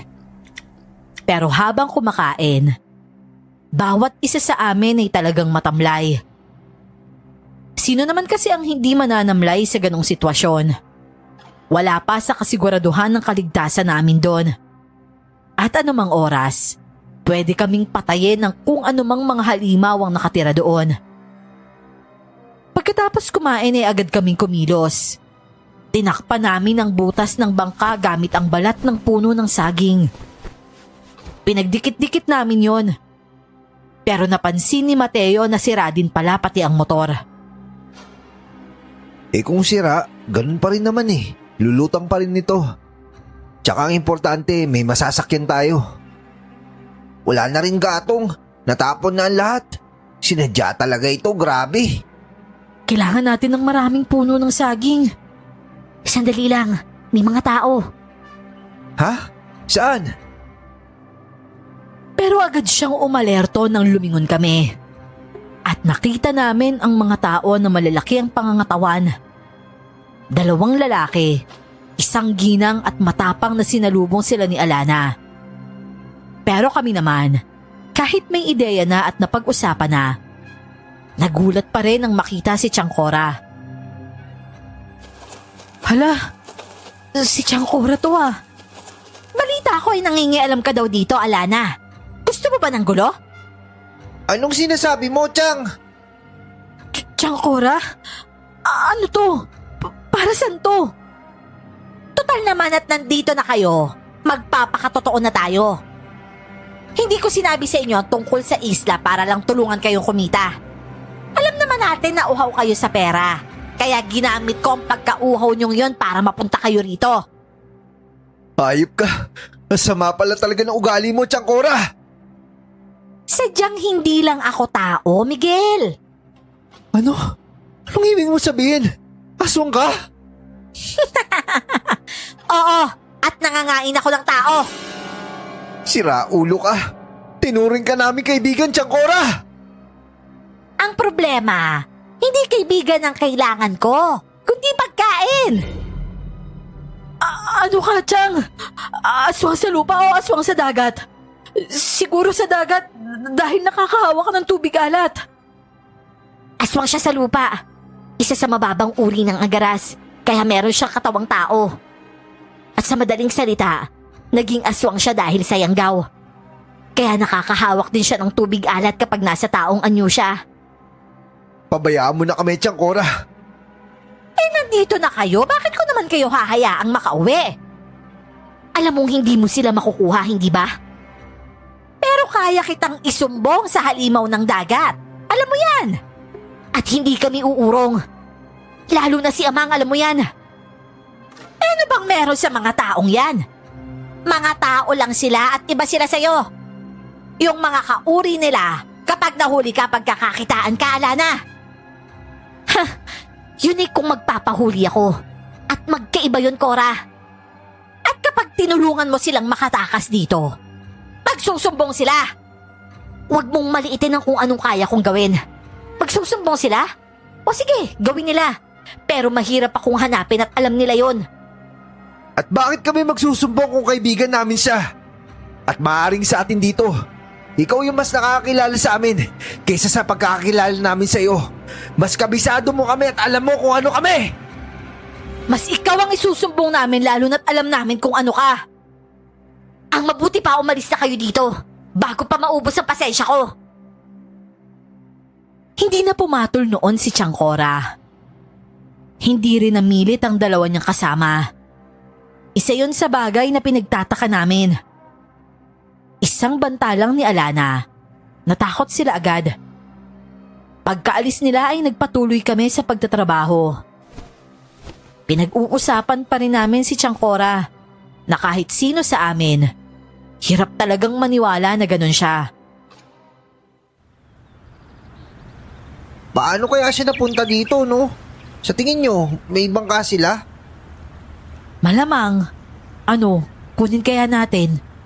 Tara, kunin natin. Ang tanong, saan banda yun? Di hanapin natin. Dahil mahirap ayusin ang bangka, iniwan namin ito. Pero naghanda kami para sa kakaharapin naming gulo. Para naman kasi sa amin, sasamantalahin namin ang pagkakataong yon ng mga tao pa lang sila. Kaya namin sila. At ang mga malalakas na aswang naman kasi, ayon kay Alana ay nakatago ang mga ito sa hindi nasisinaga ng araw. Ang mga malalakas daw ang mga walang katawang tao. Ibig sabihin, ang lakas nila ay hindi nahahati sa dalawa. Sigurado ako nito, sisirain ulit nila yung inaayos nating bangka. Mas maigi nga na sa bangka natin sila magbigay ng atensyon para makuha natin yung bangka nila. Kailangan maunahan natin silang mahanap yung bangka nila. Mag-iingat kayo dahil iba sa kanila mga bandido. Bandido? Ibig sabihin may iba talagang tao nakatira dito? Mga grupo ng aswang katulad ng dalawang kasama ng babae kanina. Malalaki ang katawan at gumagamit ng sibat. Kung ganun, buti na lang pala hindi tayo pinuntahan kagabi na mga yun. Sa ngayon, parang ang mataas at ang babaeng yun lang ang nagpapakita sa akin. Ibig sabihin, hindi lahat ng aswang sa lugar na to alam na nandito kayo. Malamang magdadamutan sila ng pagkain. Ayun! Ayun may bangka Oo. Bangkangan nila Tiangcora yan. Sa wakas nakita rin natin sila. Tara, bilis! Takbuhan kaming nilapitan ng bangka na yon. Agad akong umakyat sa ibabaw nito at sinuri kung may sira ba at nagpasalamat ako na wala. Mabilis nagsiakyat ang lahat maliban kay Alana na nakalublob sa tubig. Nasa tubig na kasi ang bangka, kaya ang dapat gawin na lang ay alisin sa tali. Pero nagawa na ito ni Mateo. Hoy! Ibalik niyo yung bangka namin! Habulin niyo sila! Nandiyan na sila, Miguel! Bilisan mo! Oo, ito na. Pasensyahan na lang tayo, Tiang. Traidor ka kasi. Ngayon, anong pakiramdam? Pagsisisihan mo talaga tong ginagawa ninyo! Kung makakaalis ka pa dito! Hindi na rin kayo makakalabas dito! Bilisan nyo! May mga pala sila! Kuya, bilis! Marami sila! May mga pana nga sila, Miguel! Bilisan mo, baka matamaan tayo! Ako ang nagpatakbo sa bangka na yon. At sa pagkakataong yon, lumipad na nga ang mga pana nila. Ang iba ay lagpas pa sa bangka. Sobra talaga akong nag-alala nun para sa aming lahat. Buisit! Muntik na ako matamaan! Magtago kayo! Sofia! Dito ka sa malaki kahon! Matatamaan ka, Miguel! Hindi ako matatamaan yan. Basta't magtago ka, bilisan mo! Sige na, Sofia! Ako nang bahala kay Kuya Miguel! Miguel, sundan niyo ako! Miguel, sandali lang! Baka matamaan ka! Uy! Sofia! Ano bang ginagawa mo? Huwag kayo umakap sa likod ko! Ikaw ulang matatamaan dyan! Ay, basta bahala na! Bahala na! Ayoko matamaan ka! Bilisan mo na lang! Sundan mo na si Alana! Sofia! Anak ng... Ano ba nangyari? Sofia! Sofia, hoy! Sobrang bilis ng pangyayari. Nakalayo na kami noon pero hindi ko alam na may isang pana pa pala na nakahabol at tumama yon kay Sofia. Alam ko dahil dinig ko ang tunog nito sa hangin. unti-unti rin siyang bumibitaw sa likod ko. At paglingon ko, inalalayan na siya ni Mateo. At ang pana niya ay nasa dibdib talaga. Sofia! Diyos ko! Bakit? Sabi ko sa'yo magtago ka! Puso to, tol. Paano to? Anong gagawin natin? Bakit kasi hindi ka nagtago? Ang tanga mo rin eh. Dahil alam kong matatamaan ka. Nakita ko bigla, kaya ako na lang. Eh bakit ikaw? Hindi dapat ikaw. Alana! Tulungan mo kami! Hindi pwede to, Sofia. Huwag mo ako iwan. Mahal kita, Miguel. Gusto kong bumalik sa'yo. At totoo yun. Hindi. Kailangan mo lumaban. Hindi ka pwedeng mawala. Di baling iwan mo ako para sa iba. Huwag mo lang ako iwan sa ganitong paraan. Hindi ko kaya. Gusto kong bumalik ka sa akin. Mabuhay ka muna. Alana, kailangan namin ng tulong dito. Alana, ano tol? Nandiyan na ba siya? Oo, nandiyan na siya. May natamaan ba sa inyo? Alana, tulungan mo siya. Hindi siya pwedeng mamatay. Hindi ko kaya. Kasi naman kung bakit niya hinarang yung sarili niya eh. Para saan ba yun? Sa dibdib siya natamaan. Ano, humihinga pa ba? Pumikit na siya eh. Pero teka, titignan ko lang. Teka, ano to? Bakit walang pulso? Anong walang pulso? Buhay pa siya! Paupuin niyo siya. Kukunin ko yung pana. Ano? Kapag kinuha mo yung pana, madadagdagan yung sugat niya sa loob. Pero hindi ko siya maaagapan kung may pana sa katawan niya. Sige na. Pero teka, buhay pa ba talaga siya? Patingin nga.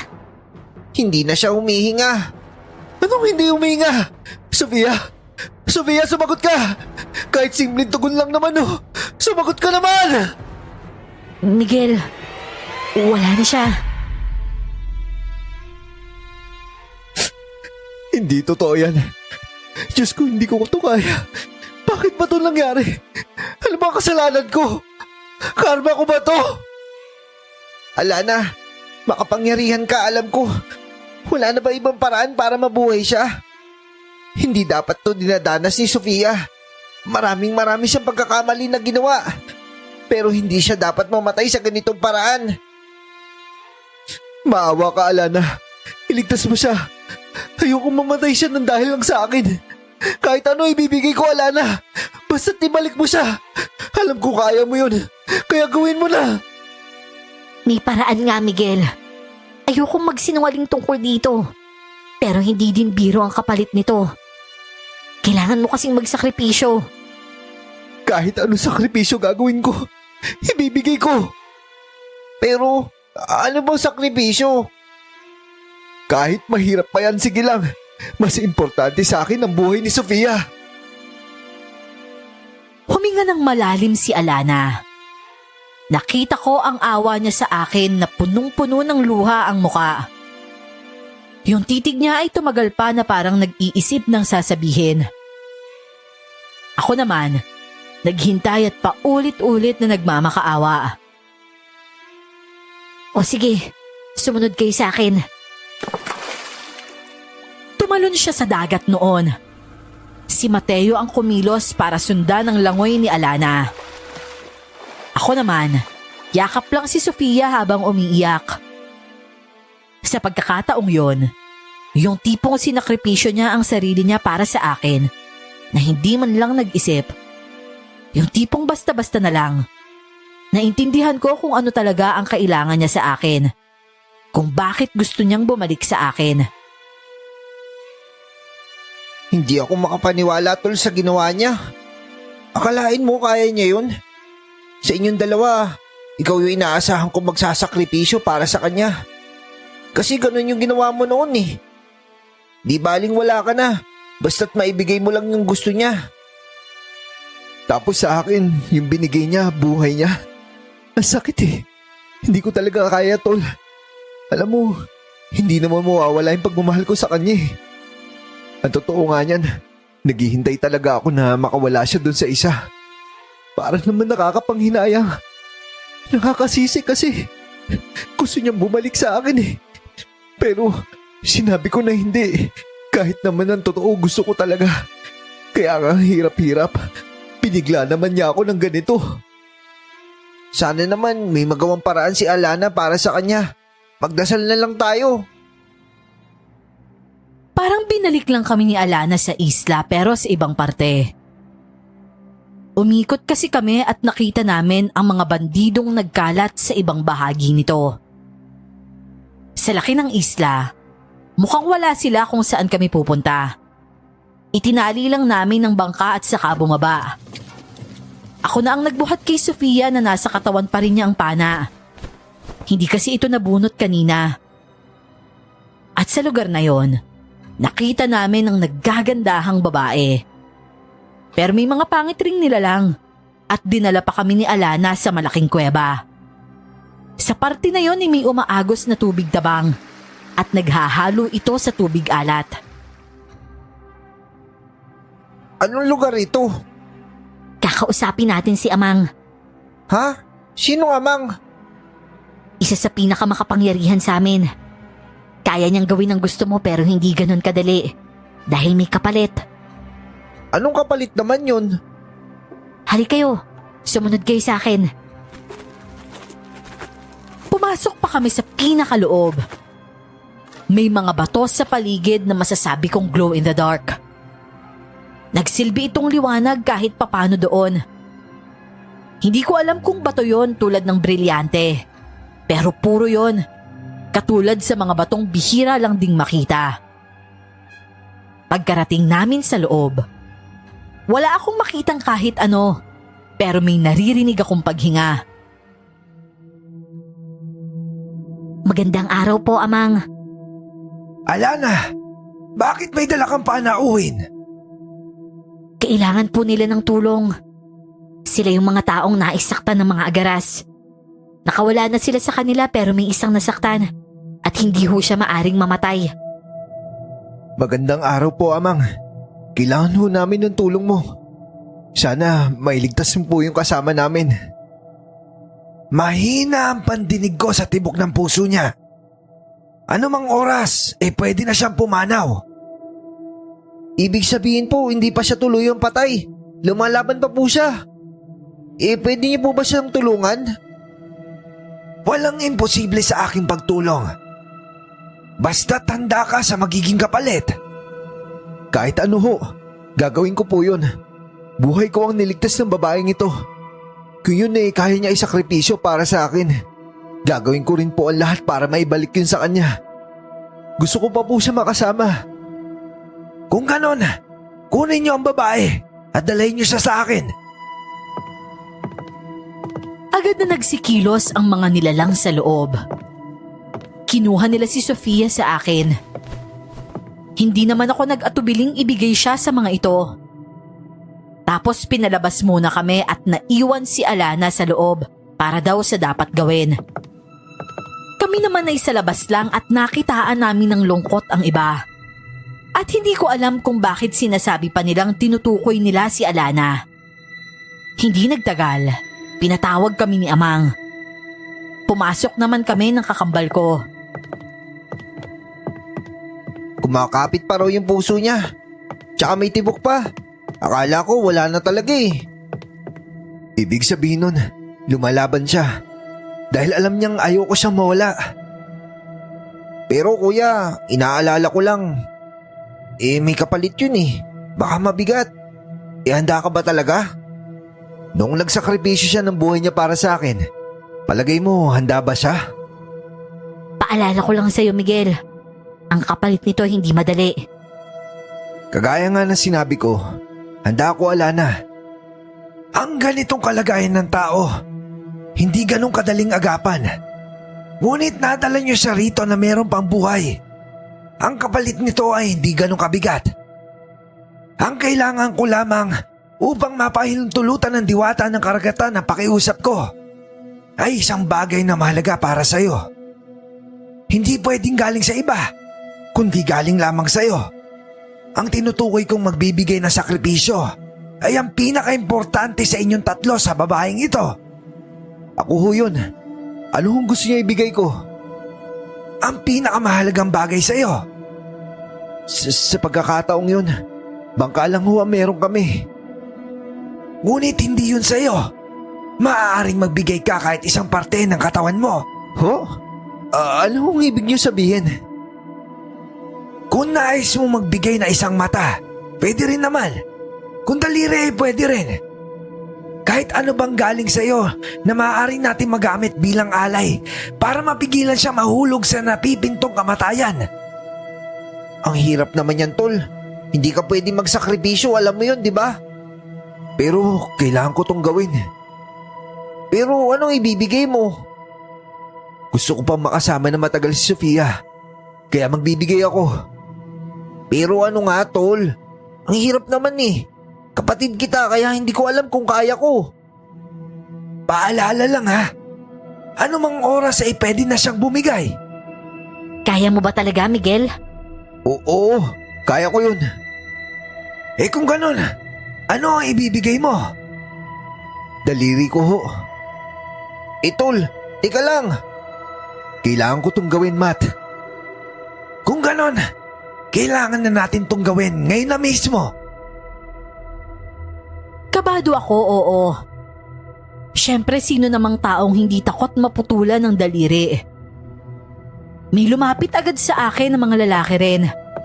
At si Mateo naman ay nagsimula ng umiyak. Sa pagkakataong yon, naging mahina talaga siya. Ako naman ang ilagay na nila ang kamay ko sa malapad na bato.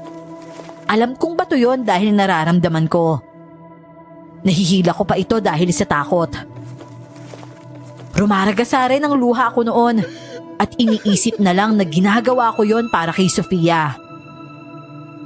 Hindi nagtagal. Naramdaman ko na ang matalim na bagay at mainit na pagdiin sa hindiliit ko. Napasigaw ako sa sakit, naihi at nanginig ang buong katawan nang bigla itong diinan ng talimat na putol. Ari ko! Tol! Ayos lang ako. Huwag mo ko isipin, Mateo. Kahit sinasabi kong ayos lang ako, parang namanhid naman nun ang buong katawan ko. Boses lang namin ng kakambal ko ang nangingibabaw sa loob ng kuweba na yon. Pero hindi sa lahat ng pagkakataon, kaya ko talaga. Dahil unti-unti akong nawala ng ulirat noon. Nang magising naman ako, gabi na at parang nagkakagulo. Tol? Miguel? Uy, gising ka na. Teka, anong nangyayari? Bakit ganito kasama yung pakiramdam ko? Tsaka ang dilim dito. Gabi na kasi. At isa pa, nandito tayo sa loob ng kuweba. Sumugod sila Tiangkora dito kaya magulo sa labas. Naglalaban yung mga aswang. Pero huwag ka mag-alala, ligtas tayo dito. Nasa si Sofia? Nasa loob pa. Inaasikaso ni Amang at ni Alana doon. Dinig na dinig ko ang mga angil ng mababangis na hayop sa labas ng kuweba noon. Ayon pa kay Mateo, kami ang dahilan kung bakit nag-aaway-away ang mga ito. Ayaw lang kaming ibigay ng mga magindara dahil isang dilubyo raw ang kapalit kapag may pinatay na tao sa isla na yon. Yun daw kasi ang pinapaniwalaan nila. Kung baka yon ay pamahiin din sa kanila. Ngunit ang mga agaras, talagang gustong kumain ng laman ng tao. Nilalagnat ka, kuya. Hindi mo kinaya yung pagkaputol ng daliri mo. Tsaka ako, nasuka ako dun ha. Gusto ko pa kasing makasama si Sofia, tol eh. Ngayon ko lang talaga napagtanto na mahal ko talaga siya. Kaya siguro hindi ko na rin nagawa maghanap ng iba. Naiintindihan naman kita eh. At sana naman pagbalik natin, kayo na kasi hindi na biro yung mga sinakripisyo niya dito eh. Baka mamaya piliin na naman niya si Makoy ha. Miguel! Mateo! Sofia! Lumabas kayo dyan! Ah! Napatingin na lang kami sa labas nang makitang pinagtutulungan ng mga aswang sa dagat si Tiangkora. Nag-anyong tao siya para makatapak sa tubig alat. Pero mali siya sa ginawa niyang yon. Bilang anyong tao, mahina siya kumpara sa mga magindara na naglabas na ng mga tunay nilang anyo at talagang hindi sila magaganda. Hindi nagtagal, nanahimik ang paligid.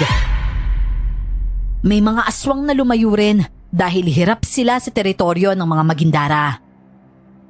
Kinabukasan naman noon, kitang-kita ang dugoang parte na nasa labas. At ang sabi pa ng iba, makakauwi na raw kami ng matiwasay dahil natalo na ang mga agaras sa laban. Isa pala yung pustahan. Ibig sabihin, makikita na natin yung baryo sa dulo? Sa tingin ko, hindi pa rin. Pero makakauwi tayo gamit yung bangka. Anong oras tayo makakaalis? Kamusta na kaya si Sofia? Pero isang babae ang lumapit sa amin at binigyan ako ng gamot. Ang sabi niya, inumin ko yon para mawala ang lagnat ko. Ginawa ko naman yon, kaya isang oras ang lumipas. Naging maayos na ang pakiramdam ko. At dahil maayos na ang pakiramdam ko, lumapit ulit ang babae at sinabing ihahatid kami pauwi sa amin. Akala ko kasama si Sofia, pero hindi pala. Dahil kailangan pa niyang manatili roon ng 2 araw. Ibig sabihin, hindi namin siya makakasama? Teka lang, Amang! Teka, kakausapin ko lang siya! At bakit ka nang gagambala? Pasensya na ho. Pero, pwede ho bang manatili muna dito at hintayin na lang namin siyang gumaling? Wala nang oras para manatili kayo dito. Kailangan niyo umuwi. Dahil yun yung napagkasunduan namin ng halimaw sa dagat. Kapag kami ang mananalo, uwi kayo kaagad. Ang babae naman kasama nyo. Pagkatapos ng 2 araw, babalik siya sa lugar nyo. Kailangan nyo magtiwala. Dahil kasama yon sa sakripisyo mo. Kapag nagmatigas ka, hindi na siya mabubuhay. Tol, wag mo na ipilit. Nagsakripisyo ka na ng daliri. Hindi pwedeng hindi siya mabuhay. Kailangan niya mabuhay. Dahil doon ay pumayag ako. Kahit hindi yun ganun kadali. Hindi rin bangka ang ginamit namin. Basta't dinala kami ng mga magindara sa tubig hanggang sa ilalim. Nawalan ako ng malay at nagising ulit ako na nasa dalampasigan.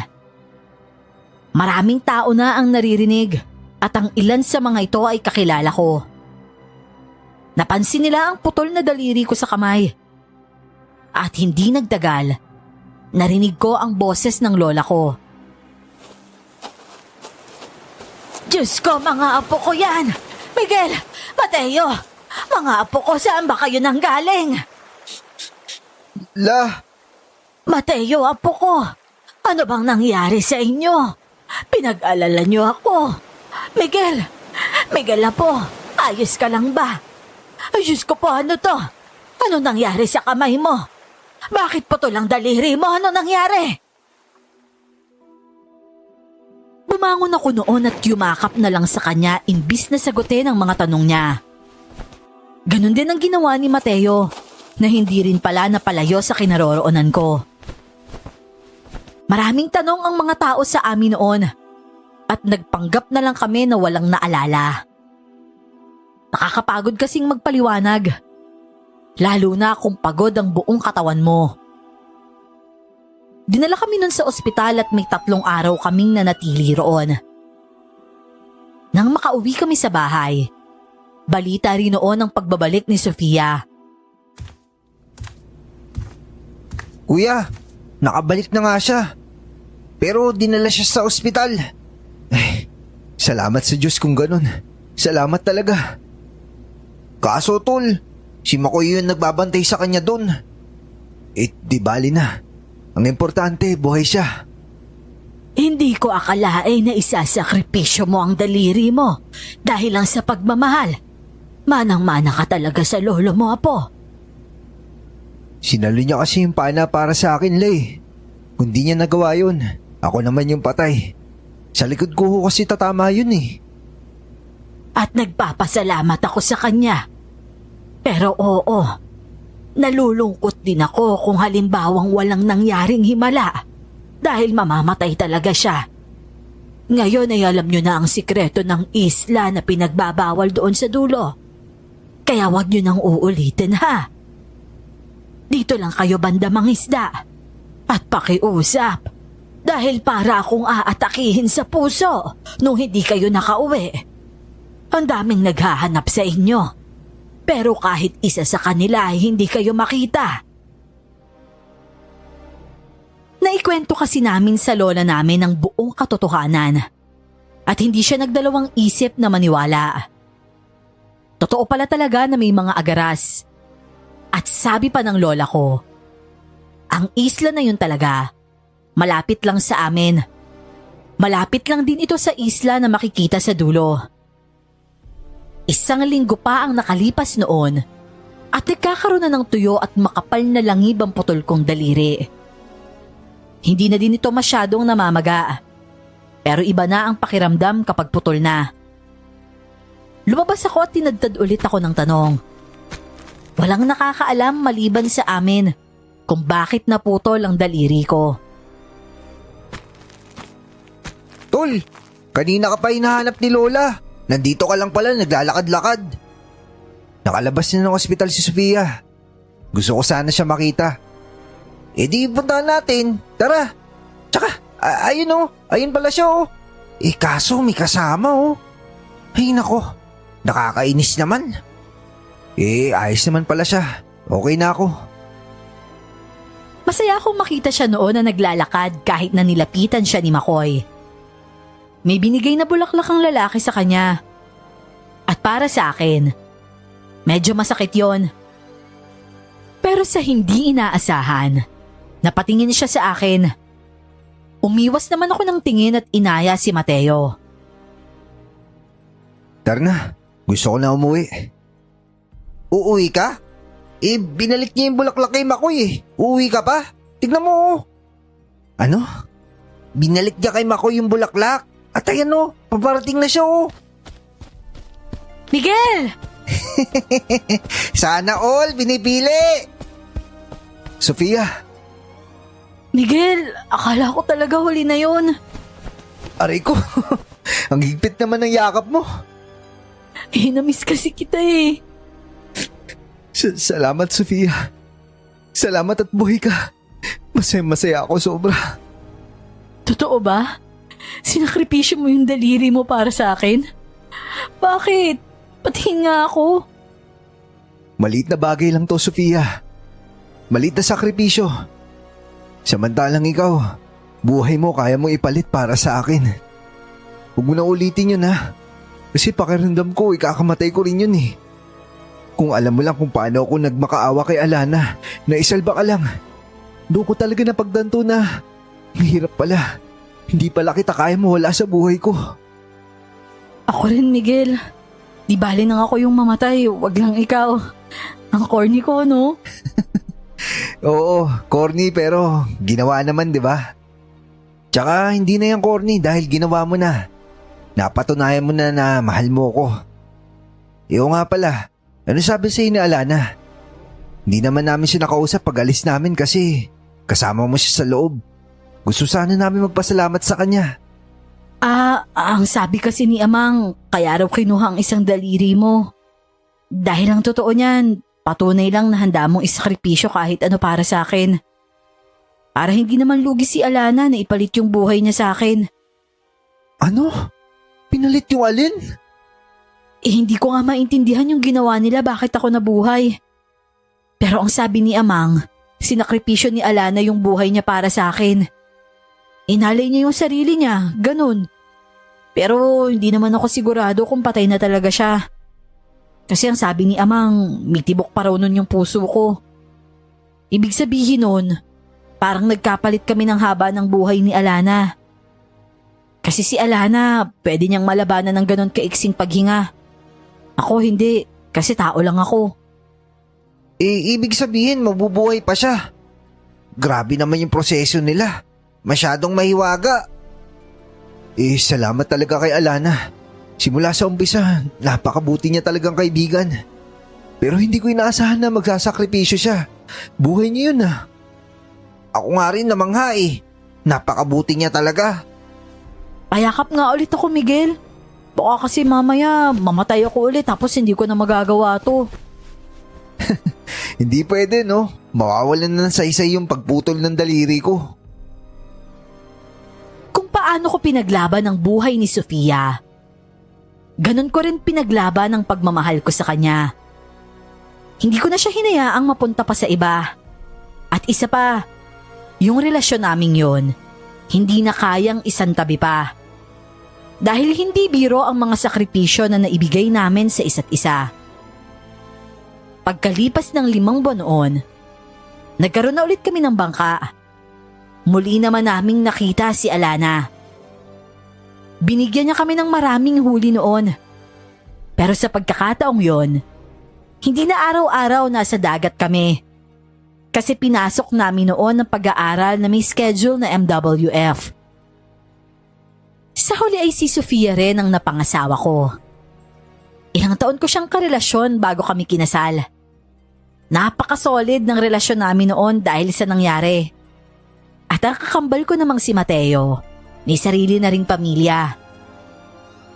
Hanggang dito na lamang po ang aking kwento, Miss Clar. Maraming salamat po sa pag-ere nito.